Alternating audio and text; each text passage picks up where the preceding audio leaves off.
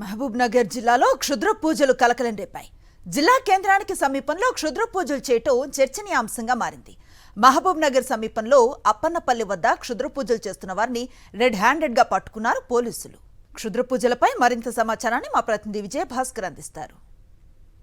రాతియుగం నుంచి రాగటి యుగం వరకు దూసుకుపోతున్న ఇంకా యొక్క మూఢనమ్మకాల యొక్క పరంపర కొనసాగుతూనే ఉంది. ఇన్నాళ్ళు కేవలం గ్రామీణ ప్రాంతాల్లో జరుగుతున్నటువంటి యొక్క క్షుద్ర పూజలు ఈరోజు జిల్లా కేంద్రం సమీపంలోనే జరుగుతుండడం అనేటువంటిది కలకలం రేపుతుంది. మహబూబ్నగర్ జిల్లా కేంద్ర సమీపంలో ఉండేటువంటి అప్పన్నపల్లి గ్రామంలో జరిగినటువంటి యొక్క క్షుద్ర పూజల యొక్క వ్యవహారం ఇప్పుడు స్థానికంగా చర్చనీయాంశంగా మారింది, మరోవైపు కలకలం రేపుతుంది.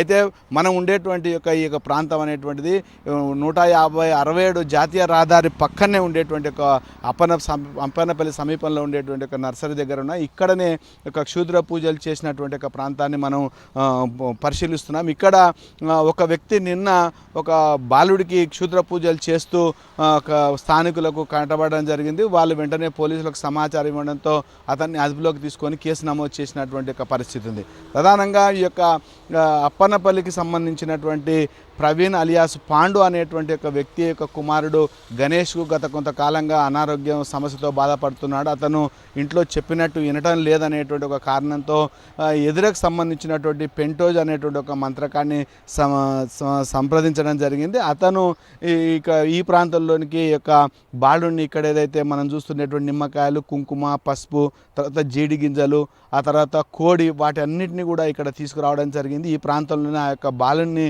కూర్చోబెట్టి అతనికి సంబంధించినటువంటి పూజలు నిర్వహిస్తున్నటువంటి క్రమంలోనే ఈ యొక్క ఘటన వెలుగు చూసింది. అయితే ప్రధానంగా ఈ యొక్క ఘటన సందర్భంగా స్థానికులంతా భయాందోళనకు గురవుతున్నారు.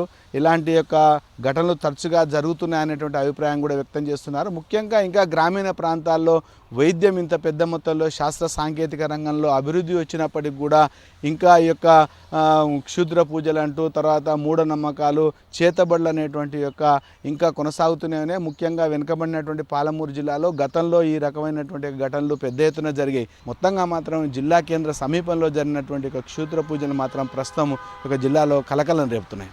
కెమెరామెన్ విజయభాస్కర్, సాక్షి న్యూస్, మహబూబ్ నగర్.